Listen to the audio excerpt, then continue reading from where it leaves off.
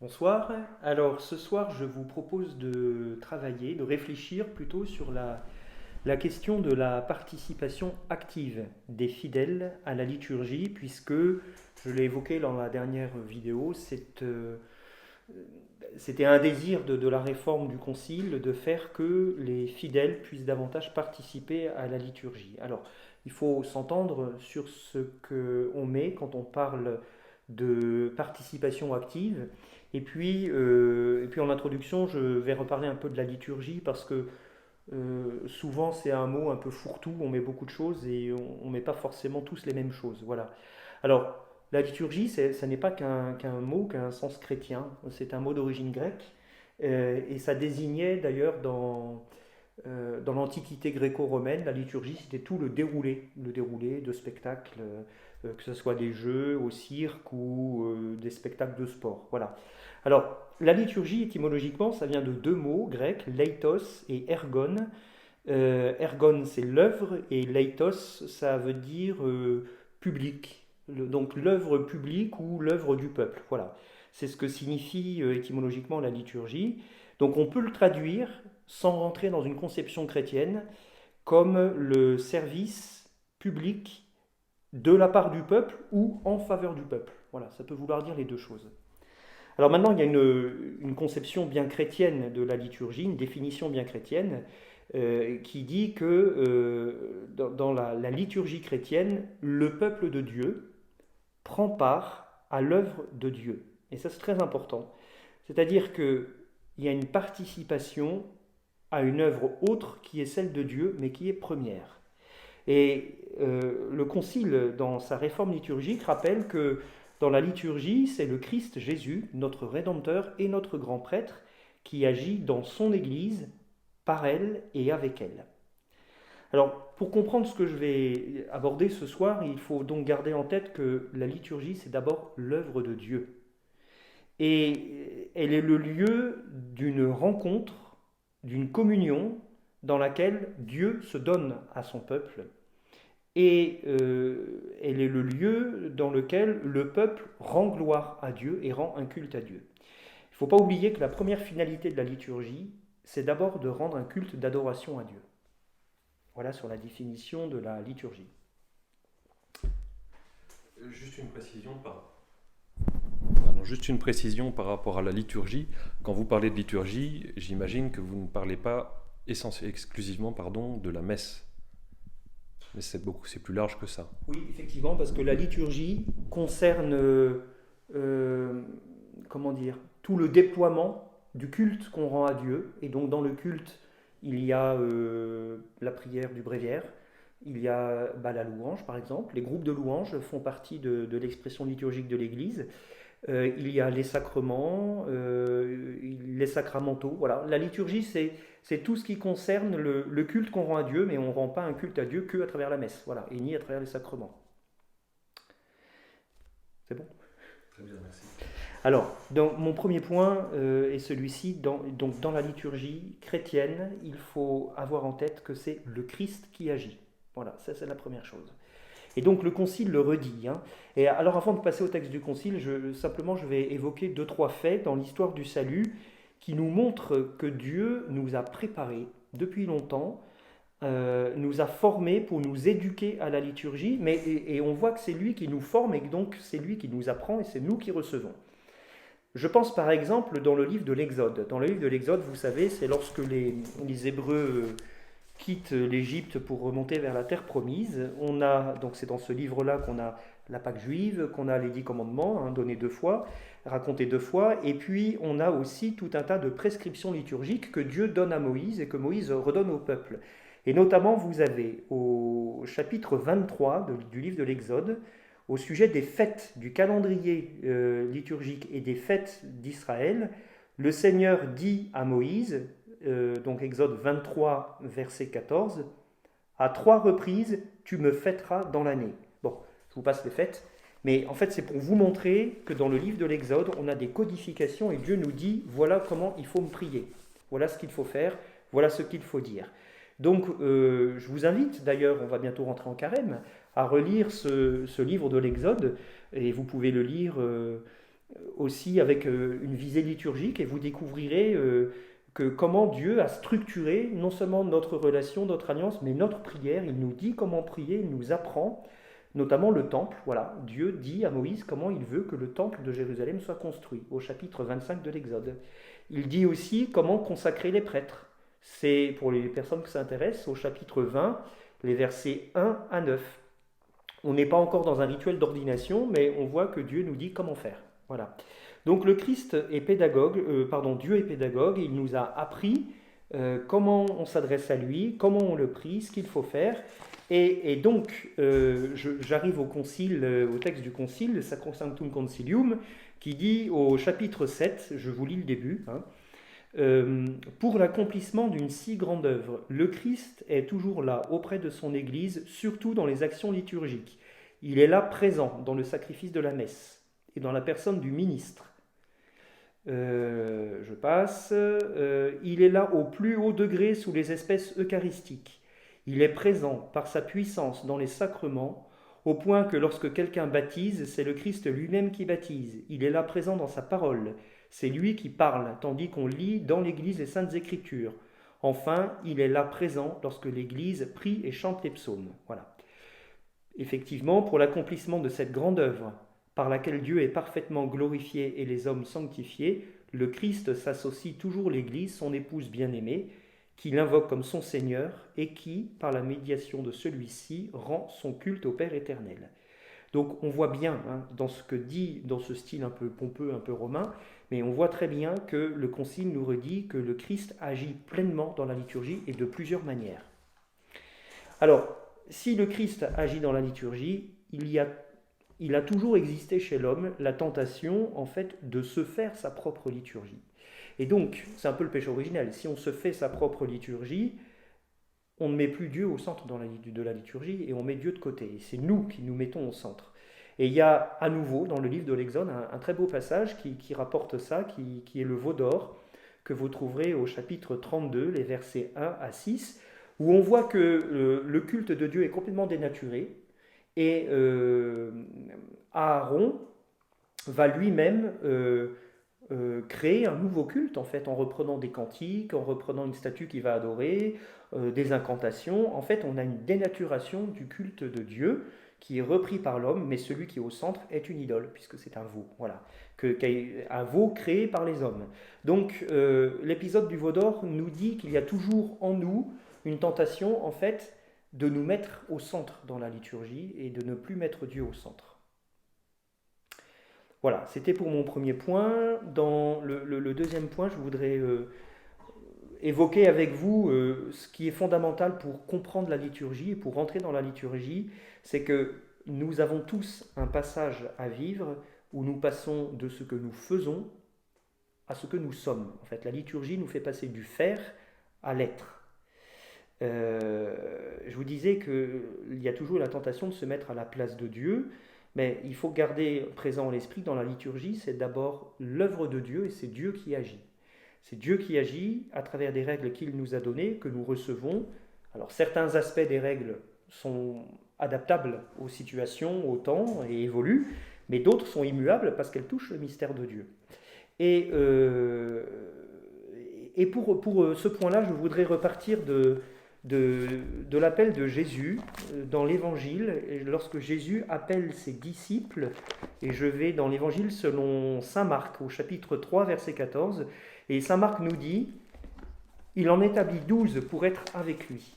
Alors voilà, on peut penser au moment de l'appel des disciples que Jésus les appelle pour les envoyer en mission, pour guérir, pour libérer des esprits mauvais, des esprits impurs. Alors il y a plein de choses à faire, le pour est rempli.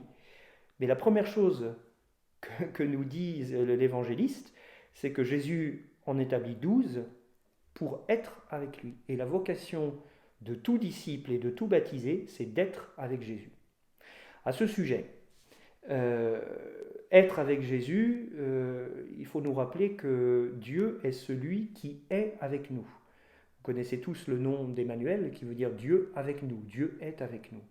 Et je reviens toujours au livre de l'Exode, c'est pareil, avant que Jésus se révèle comme l'Emmanuel, dans le livre de l'Exode, on a cette révélation ontologique de Dieu qui dit qu'il est l'être, je suis celui qui suis. Donc Dieu, c'est celui qui est parfaitement. C'est sa nature, c'est son essence.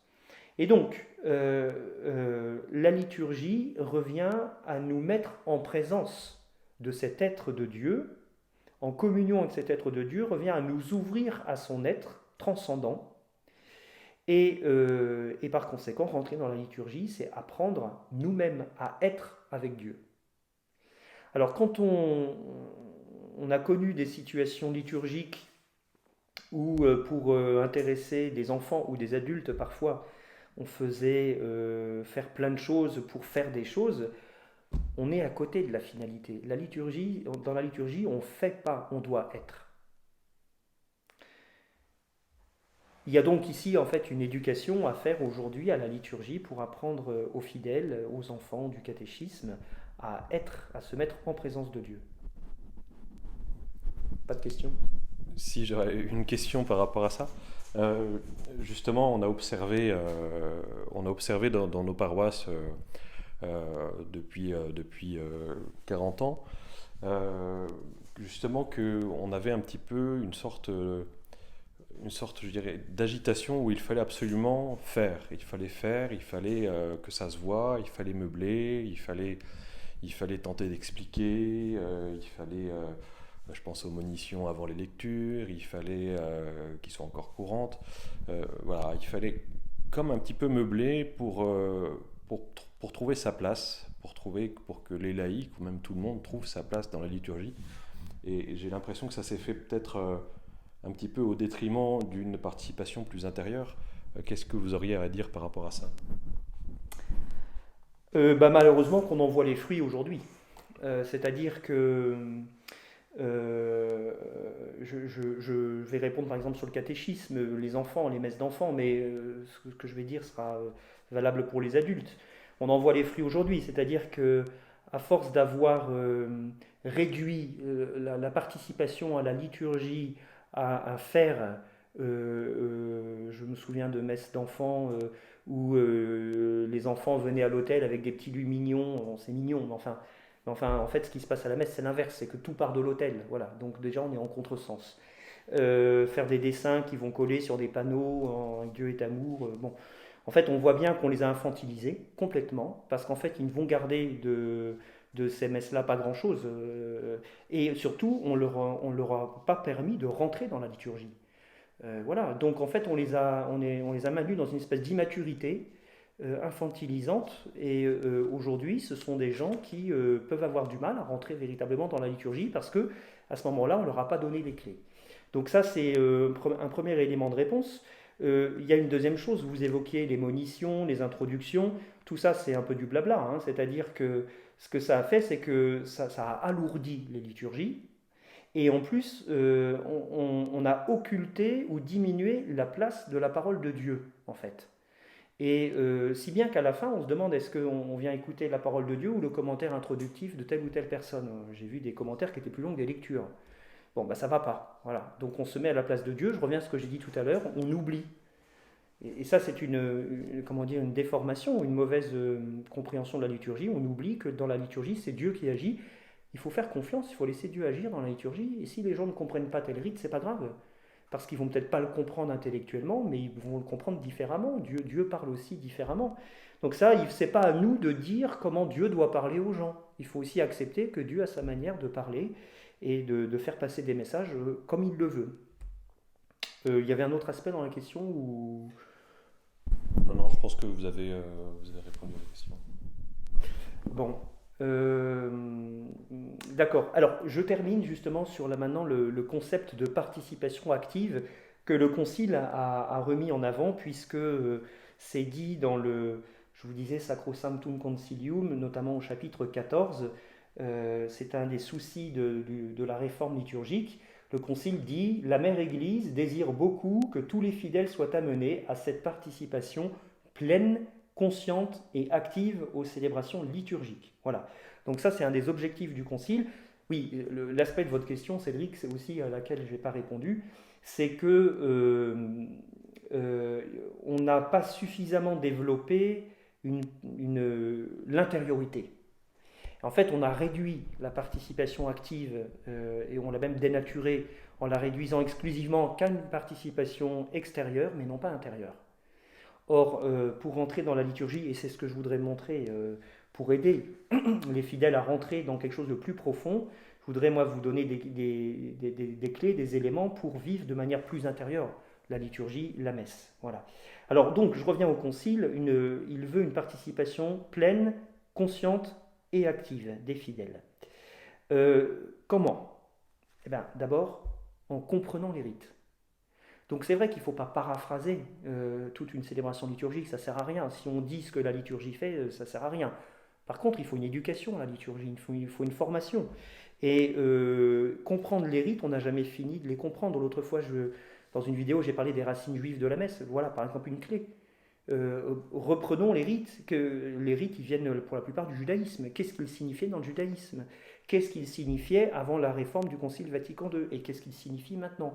Rien qu'avec ces 3 lectures, on donnera une consistance très profonde au rite que nous vivons. Comprendre les rites, comprendre les paroles, ça c'est comment dire, un des soucis, un point d'attention du Concile, que les paroles, ce qui est dit, soit mieux compris. D'où le fait que le Concile demande notamment et dit que les lectures pourront être faites dans la langue que parlent les fidèles qui assistent aux messes. On reviendra sur cet aspect la prochaine vidéo. Comprendre les gestes. Et puis, c'est aussi entrer dans une célébration liturgique, et notamment dans la messe, avec sa propre vie spirituelle. Si je vais à la messe le dimanche, que je n'ai pas lu les textes, je ne les ai pas médités, je ne réfléchis pas à ce que je vais offrir à Dieu à la messe, à ce que j'ai à demander, à ce que j'ai à donner, il est vrai que les fruits de ma participation à la messe ne vont pas être énormes. Mais tandis que si pendant toute la semaine j'ai pris le temps de préparer ma messe, de réfléchir, de prier sur les lectures, ça m'ouvre non seulement à ce que Dieu va me donner, mais aussi à ce que le prêtre pourra dire dans l'homélie. Donc il y a aussi comment est-ce que j'intègre ma propre vie spirituelle dans la messe. S'il n'y a pas de vie de prière derrière, c'est sûr que ça va être un peu pauvre. Alors, en 2004 est sorti un autre texte qui s'appelle Redemptionis Sacramentum et qui reprend, qui développe et qui donne des billes pour aller plus loin dans la compréhension de la participation active. Donc, Redemptionis Sacramentum, au paragraphe 37, le texte de Rome évoque ceci. Les fidèles offrent leur personne en hostie vivante, sainte, agréable à Dieu, confirmant une telle offrande par toutes leurs œuvres. Alors voilà, comment est-ce qu'on offre sa vie? Comment est-ce qu'on offre ses œuvres? Voilà aussi une des manières de participer activement et intérieurement à la liturgie. Et puis le même paragraphe 37, par conséquent, même la participation des fidèles laïcs à la célébration de l'Eucharistie et des autres rites de l'Église ne peut pas équivaloir à une simple présence, qui plus est passive, mais elle doit être considérée comme un véritable exercice de la foi et de la dignité baptismale.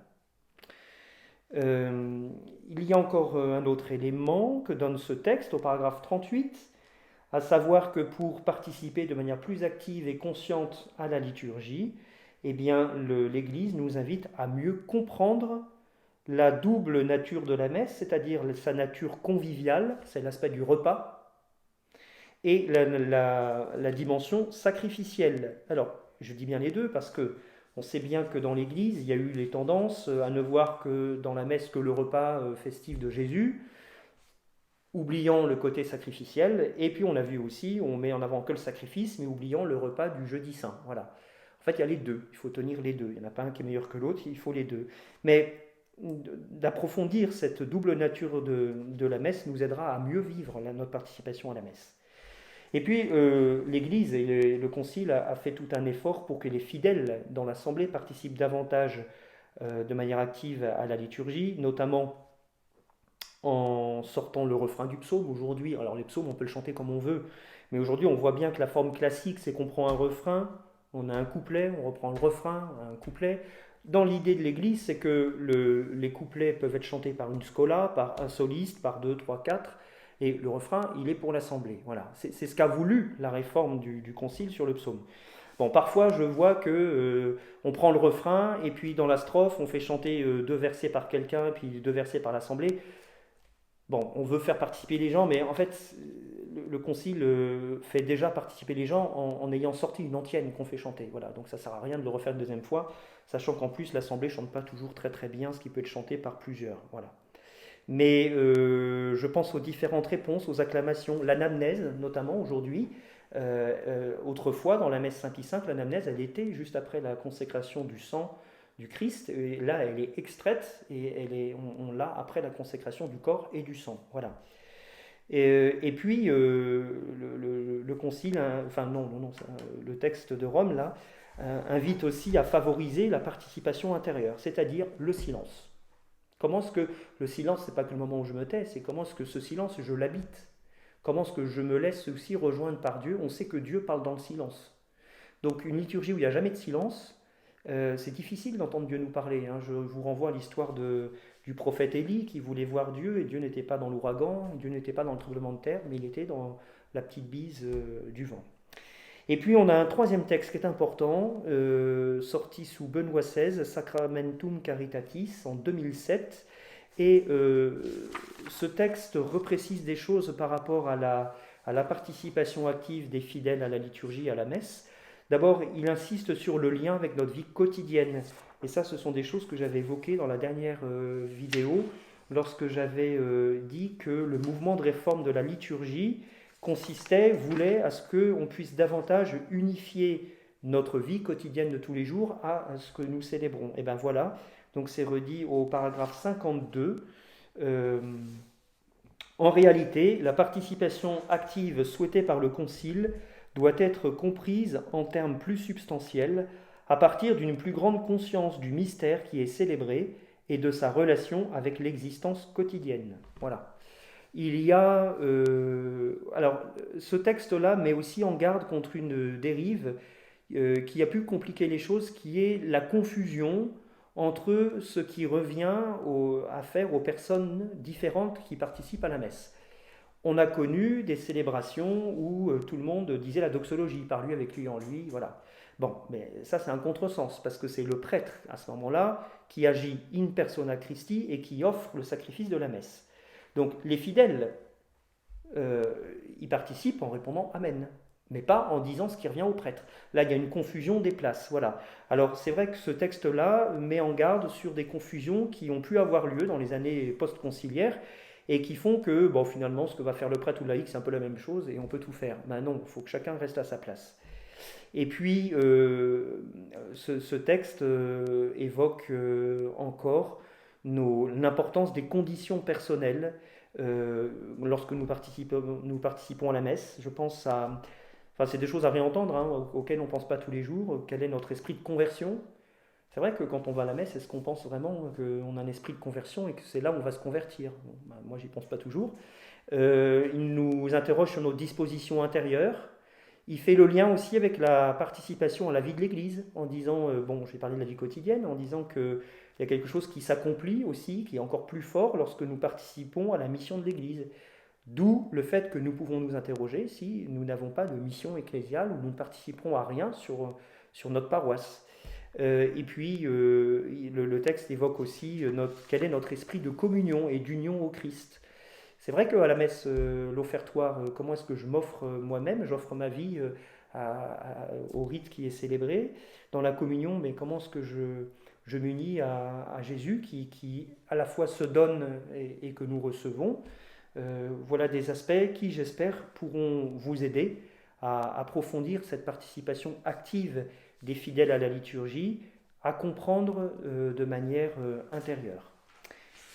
Je vous remercie et puis la prochaine fois, nous évoquerons la question de la langue dans la liturgie, la langue latine et la question du chant. Voilà, bonne soirée. Merci mon père.